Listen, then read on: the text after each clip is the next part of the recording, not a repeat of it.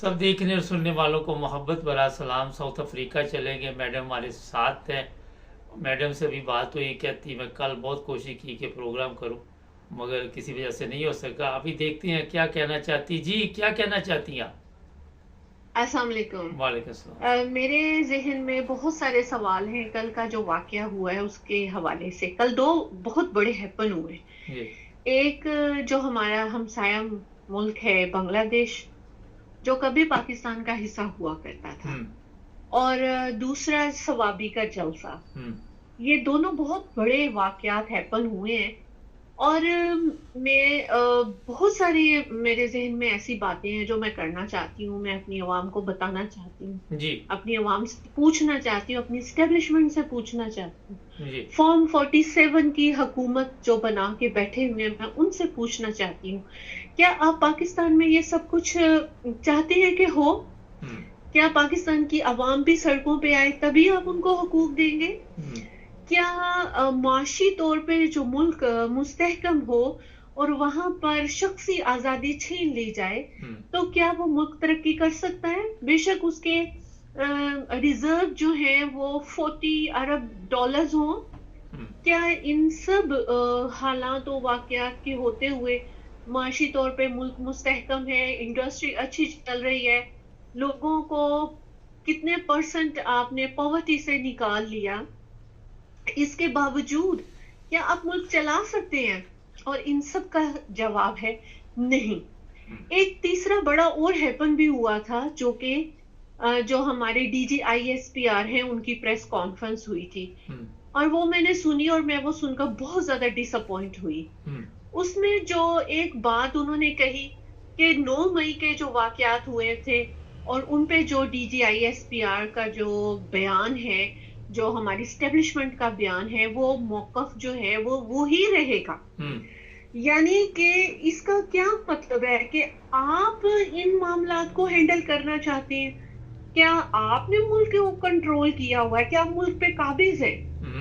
ایک سیاسی جماعت جو ہے اس کا حق ہے کہ وہ ڈائیلاگ کرے, اور آپ کا بھی حق ہے کہ آپ ڈائیلاگ سے پرابلم سالو کریں.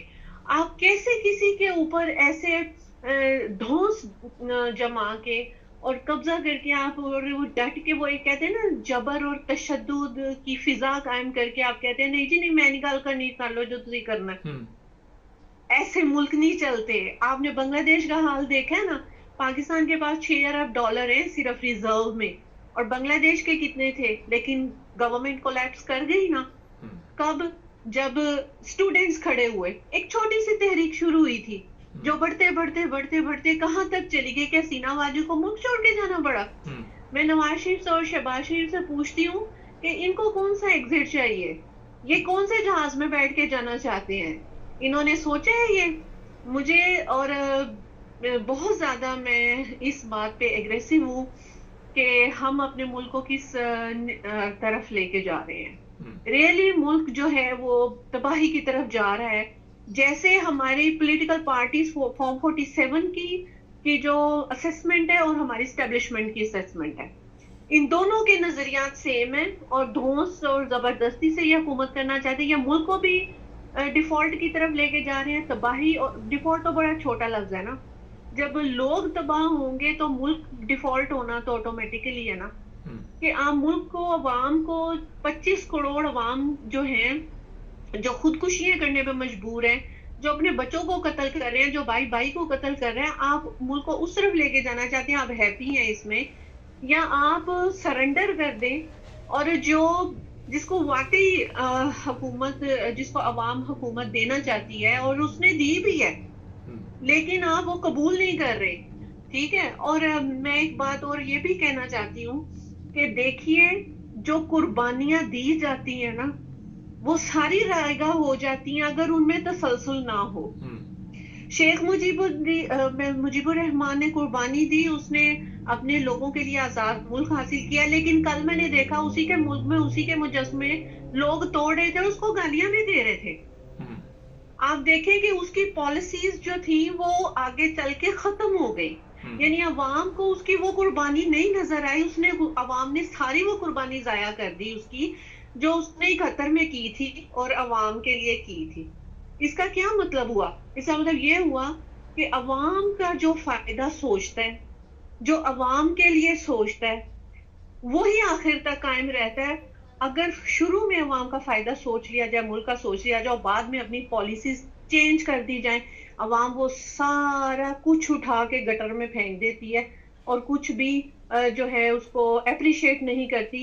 हसीना वाजिद जो है वो भी तो शेख मुजीबुर रहमान की बेटी ना, 15 साल इक़्तिदार से चिमटी रही है जबरदस्ती धौंस से जो भी करके। तो लोगों ने ये नहीं कहा कि ये मुजीबुर रहमान की बेटी, हम इसके साथ थोड़ा सा इंसाफ करें। उन्होंने कहा जब हमारी शख्सी आजादी छीनी गई, हम पे कितनी कदगनें लगाई गई, तो हमें कुछ भी मंजूर नहीं, हमें आजादी दो। उसने शेख मुजीबुर रहमान को भी बीच में ही सब घसीट लिया। तो ये बातें थी जहन में। तो मेरा एक पैगाम है फॉर्म 47 की हुकूमत को और एस्टेब्लिशमेंट को, उनको सोचना पड़ेगा कि उन्होंने मुल्क को और अवाम को किस तरफ लेके जाना है। क्या उन्होंने अपना नाम तारीख में इस तरह से लिखवाना है जैसे बांग्लादेशी लोगों ने लिखा अपने हुक्मरानों का, या कैसे? और दूसरी बात ये भी है कि सवाबी का जलसा जो है उसने बहुत कुछ वाजे कर दिया है। तो पीछे अब बाकी कोई बात और तो नहीं रहती। कैसे कल जैम पैक था, लोग पैदल भी चल के गए, पूरे मुल्क से गए वहां पे, और खान साहब को हटाने के लिए, लोगों के दिलों में उनकी नफरत डालने के लिए जो भी हरबे आजमाए गए वो सब नाकाम हो गए। 40 अरब रुपीज लगा के जो चाइना से फायर वॉल मंगवाई गई वो वापस गधे के ऊपर डाल के वापस भेजी जा रही है कि ये काम नहीं कर रही। तो वही 40 अरब रुपए अगर अवाम की फलाह बहबूद के लिए लगाए जाते तो मेरा ख्याल है कि इस हुकूमत का जो नाजायज हुकूमत बैठी हुई है इसका हो सकता है कि मोराल थोड़ा सा हो जाता अवाम के जहनों में। लेकिन आप होछे जो हथकंडे हैं, आप उनको इस्तेमाल करने की बजाय अगर अवाम की तरफ आप तवज्जो दें तो फिर भी हालात बेहतर हो सकते हैं। लेकिन ये जो भी कर रहे हैं ना, ये श्रीलंका, बोलीविया, वेनेजुएला और फिर कल बांग्लादेश, इनकी तरफ मुझे मुल्क जाता हुआ नजर आ रहा है। अगर इस खिते में बांग्लादेश में ऐसे हो सकता है तो ये जो रीजन है हमारा, बांग्लादेश कौन सा पाकिस्तान से दूर है, तो कुछ भी हो सकता है। अच्छा मैडम, वक्त काम है, ये बताइए उस्मा गिलानी आजकल बड़ा शोर डाल रही है, उसकी वीडियो चल रही है, उस्मा बुखारी, उस्मा बुखारी। तो जब ये लोगों की वीडियोस अपलोड करते थे तब इन्हें एहसास नहीं था। अब इनकी अपनी मंजरे आम पे आई तो वो कह रही है कि ये गलत है, फेक है। अब बर्दाश्त करें ना, बर्दाश्त करें, ये आग आपके घरों तक जाएगी। ये लोग कैसे खामोश होकर बैठ सकती हैं कि हम लोग किसी के खिलाफ ऐसे करेंगे तो कल को हमारे खिलाफ नहीं होगा। अच्छा, इसहाक डार कह रहा है जी, बड़ी इसहाक डार का बयान था कि जी बड़ी तरक्की हो रही है हमारा, कोई उसके घर में तरक्की हो रही है, उसके घर में, उसके खानदान में, फैमिलीज में तरक्की हो रही है, ये मकसद है। आप बात को समझा करें ना। अब वो हर कोई खुल खला के तो नहीं। राना सनाउल्लाह कल कह रहा था कि 40 साल में बड़ी तरक्की थी, 3 साल जो इमरान खान के हैं उसने बेड़ा गर्क कर दिए। कल लंदन में एक प्रेस कॉन्फ्रेंस छोटी सी कर रहा था। बस इनकी बातें जो है ना, बस एक कान से सुन के दूसरे से निकाल दिया करें। मेरे ज़हन में एक और भी बात जो है वो बहुत दिनों से गर्दिश कर रही है। सिर्फ 2 मिनट की मैं ये बात है, मैं ये सोच रही हूँ कि इतना मोमेंटम बन गया खान साहब के हक में। अब खान साहब फॉर एग्जाम्पल आप बात करें कि अगर वो गवर्नमेंट में आ जाते हैं, क्या वो इतना कुछ डिलीवर कर पाएंगे? क्या उनकी टीम इतनी मजबूत होगी? और इतनी काबिल तो वो है क्योंकि उसमें डॉक्टर्स हैं, लॉयर्स हैं, जीनियस लोग हैं, सानिया निश्तर जैसे हैं, और भी बहुत सारे लोग हैं जो काबिल हैं। ठीक है, मैं ये सोच रही थी कि क्या जितनी तवक्कुआत अवाम ने खान साहब से लगा ली है कि ये हमारी आखिरी उम्मीद है, क्या वो उस उम्मीद तक पहुंच पाएंगे? मेरा ये सवाल है। नज़ीम, अवाम तपी पड़ी है, जहाँ भी बाहर बैठे हुए हैं बड़े गुस्से में है। जिस तरह मैडम भी कल की कह रही मैं बेचैन थी, ये बातचीत करें। सबको पता है कि हम ठीक नहीं जा रहे, गलत जा रहे। चैनल को सब्सक्राइब करें, जुड़े रहे हमारे साथ ताकि और भी प्रोग्राम आप देखते रहें।